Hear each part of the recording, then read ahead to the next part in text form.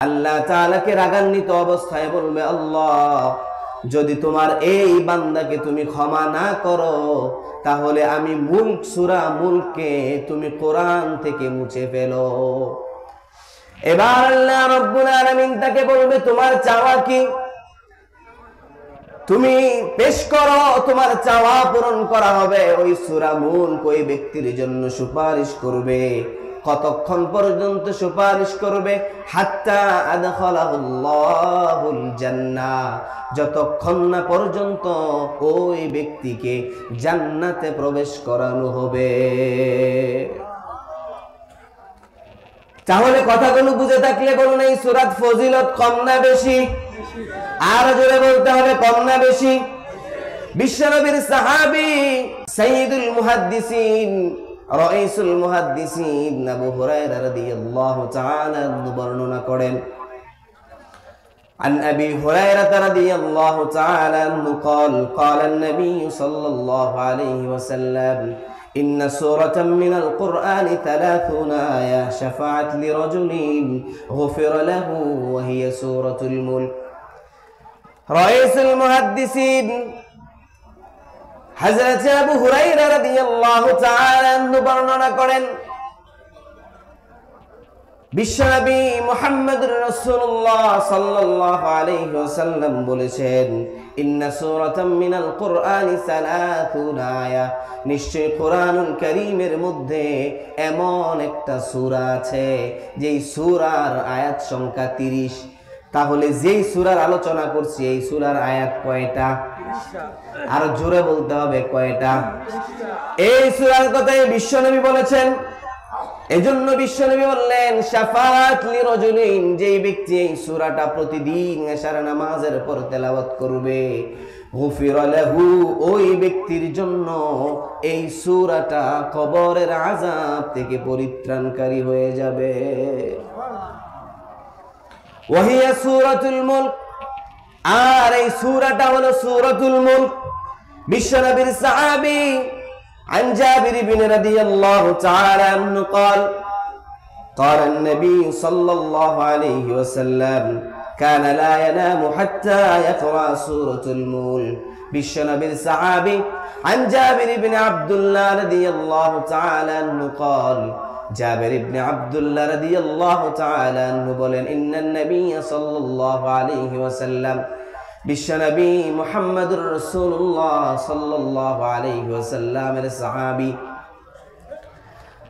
জাবের ইবনে আব্দুল্লাহ রাদিয়াল্লাহু তাআলা আনহু বলেন, বিশ্বনবী মুহাম্মদুর রাসূলুল্লাহ সাল্লাল্লাহু আলাইহি ওয়াসাল্লাম কানা লা ইয়ানামু হাত্তা ইয়াকরা সূরাতুল মুলক, ততক্ষণ পর্যন্ত ঘুমোতে যেতেন না যতক্ষণ না পর্যন্ত এই সূরাটা তেলাওয়াত করতেন। এই সূরার ব্যাপারে বিশ্বনবী সাল্লাল্লাহু আলাইহি ওয়াসাল্লাম বলেছেন, এই সূরাটা যারা তেলাওয়াত করবে তাদের জন্য এই সূরাটা আল্লাহ রাব্বুল আলামিনের সাথে তর্ক করবে। এবং বিশ্বনবী সাল্লাল্লাহু আলাইহি ওয়াসাল্লাম চাইতেন তার উম্মতের লোকেরা যেন এই সূরাটা তেলাওয়াত করে। তাহলে আমরাও এই সূরাটা তেলাওয়াত করব তো ইনশাআল্লাহ। কে কে তেলাওয়াত করব? হাত তুলে আল্লাহকে দেখাই। আল্লাহ আমাদের হাতগুলো কবুল করুক, প্রত্যেকে বলি আমিন। এই সূরাটা অনেক ফজিলতের সূরা। এই সূরার ফজিলত বর্ণনা করলাম। এই সূরার মধ্যে 30টা আয়াত আছে।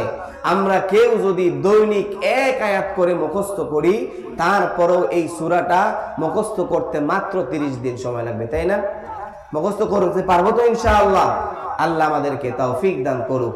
তারপর এই সূরাটা যদি কেউ দৈনিক 2 আয়াত মুখস্থ করতে পারে তাহলে তার জন্য 15 দিনেই এই সূরাটা মুখস্থ হয়ে যাবে। কেউ যদি এই সূরার 3 আয়াত করে প্রত্যেক দিন মুখস্থ করে তাহলে ওই ব্যক্তি 10 দিনেই 30টা আয়াত মুখস্থ হয়ে যাবে। এবং এই আয়াতের ফজিলতে, এই আয়াতগুলোর বরকতে যিনি আমাদেরকে কবরের আযাব থেকে মুক্তি দিবেন তিনি কে? আর জোরে বলতে হবে, তিনি কে? তিনি হলেন আল্লাহ। আল্লাহ আমাদেরকে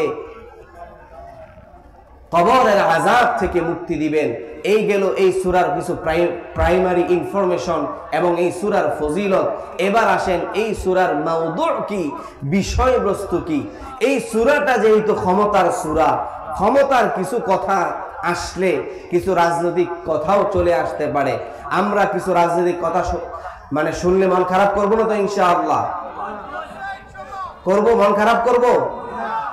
দ্ব্যর্থহীন ভাষায় কথা বলার সুযোগ এখানে আছে তো? ইনশাআল্লাহ। আল্লাহ আমাদেরকে তৌফিক দান করুক, প্রত্যেকে বলি আমিন। আগে যখন আমরা মাহফিল করতে বিভিন্ন জায়গায় গেলে কথা বলার সময় আগে আমাদেরকে প্রাইভেট পড়ানো হতো যে হুজুর এই বিষয়গুলো বলা যাবে, এর বাহিরে বলা যাবে না, কোনো রাজনৈতিক কথা বলা যাবে না। আমি স্পষ্ট ভাষায় বলতে চাই, তুমি যদি শেখ মুজিবুর রহমানের আদর্শের রাজনীতির কথা বলতে পারো, তুমি যদি শহীদ প্রেসিডেন্ট জিয়াউর রহমানের আদর্শের কথা বলতে পারো, আমি মুসলমানের সন্তান হয়ে মুহাম্মদুর রাসূলুল্লাহ সাল্লাল্লাহু আলাইহি ওয়াসাল্লামের আদর্শের কথা বলার অধিকার আমারও আছে, কথা বলতে হবে, ঠিক কিনা? এজন্য আমাদের কিছু সময় যদি কোনো রাজনৈতিক উদাহরণ চলেও আসে, তারপরে মন খারাপ করা যাবে না ইনশাআল্লাহ। আমি স্পষ্ট ভাষায় বলতে চাই, কেউ বলে যে মাহফিলটাকে রাজনৈতিক মঞ্চ বানিয়ে ফেলেছে। আমি স্পষ্ট ভাষায় বলতে চাই, যমুনাতে যদি রাজনৈতিক আলোচনা হয়, প্যান্ডেলেও রাজনৈতিক আলোচনা হতে পারবে, কথা বলেন ঠিক কিনা? সংসদে যদি রাজনৈতিক আলোচনা হয়, এটাও দুনিয়ার রাজনীতি, তাহলে মসজিদের মিম্বার গুলো থেকে আখিরাতের এবং দুনিয়ার কামিয়াবির কথা বলতে হবে, কথা বলেন ঠিক কিনা? আমরা যদি মানুষদেরকে সোচ্চার আর সজাগ করে না দেই, তাহলে গোটা জাতি নর্দমায় নিক্ষিপ্ত হবে। আমরা মানুষদেরকে সজাগ করব, হকের কথা এই মিম্বার থেকে উচ্চারিত হবে। কে চান দুহাত তুলে আল্লাহকে দেখান? নারায়ে তাকবীর, নারায়ে তাকবীর।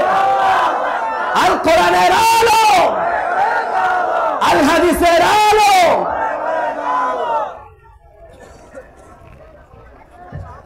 শরীরের একঘেয়েমি গেছে না? একটু জোরে তাকবীর দিতে পারবো তো প্রয়োজন হলে ইনশাআল্লাহ।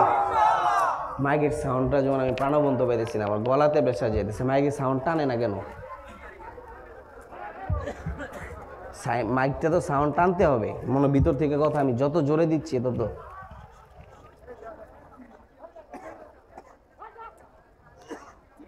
যাই হোক, যেই কথা বলতেছিলাম, এই সূরাটা আল্লাহ রাব্বুল আলামিন, আমাদের সমাজে এমন কিছু লোক আছে না নাই যারা আল্লাহর অস্তিত্বকে অবিশ্বাস করে? এমন কিছু লোক আছে না নাই? এখনো এই স্বাধীন দেশে নাস্তিক মুরতাদেরা কথা বলার দুঃসাহস এই জন্য দেখায়। আমরা আমাদেরকে এখনো পর্যন্ত নাস্তিক মুরতাদেরা কথা বলার দুঃসাহস এই জন্য দেখায়, মুসলমান যে বীরের জাতি, মুসলমানের তাকবীরের আওয়াজ আসতে হওয়ার কারণে, কথা বলেন ঠিক কিনা? মুসলমান যদি হুঙ্কার আর গর্জন ছেড়ে দিত, তাহলে নাস্তিক আর মুরতাদেরা বাংলাদেশ থেকে পালাবার রাস্তা খুঁজে পেত না, কথা বলেন ঠিক কিনা? আপনারা প্রত্যেকেই জানেন, প্রথম আলো যার নাম আমি যদি বলে থাকি, এটা প্রথম অন্ধকার, প্রথম আলো, তারপর ডেইলি স্টার, তার যারা জঙ্গি নাটক সাজানোর একমাত্র উপায়, কথা বলেন ঠিক কিনা? যারা আমাদের উলামায়ে কেরামদেরকে বিভিন্ন সময় বিভিন্ন জঙ্গি নাটকের মাধ্যমে তাদেরকে সরকারি আমলা টামলা দিয়ে গ্রেফতার করত,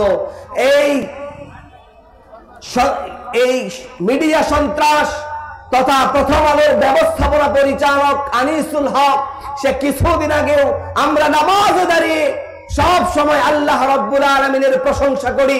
এই নাস্তিক সে আল্লাহ রাব্বুল আলামিনের আয়াতকে ব্যঙ্গ করে বলেছে, আল্লাহ রাব্বুল আলামিনের কাছে আমরা যেমন প্রশংসা করি, সমস্ত প্রশংসা আল্লাহ রাব্বুল আলামিনের। আর এই নাস্তিক বলেছে সমস্ত প্রশংসা রাজাকার ঘরের, বলি নাউজুবিল্লাহ। আজকে স্বাধীন বাংলা এই সমস্ত কুলাঙ্গারের বাচ্চারা, এই সমস্ত কুলাঙ্গারেরা স্বাধীনভাবে ঘোরাফেরা করছে। আমরা এই প্যান্ডেল থেকে স্পষ্ট দাবি জানাতে চাই, এদেরকে অনিত বিলম্বে গ্রেফতার করতে হবে। কথা বলেন ঠিক কিনা? এই প্রথম আলো এবং ডেইলি স্টারকে বন্ধ করে দিতে হবে। কথা বলেন ঠিক কিনা? এরা জাতির শত্রু। আমার দেশ যদি নিরাপদ থাকে তাহলে আমার ধর্ম নিরাপদ থাকবে। কথা বলেন ঠিক কিনা?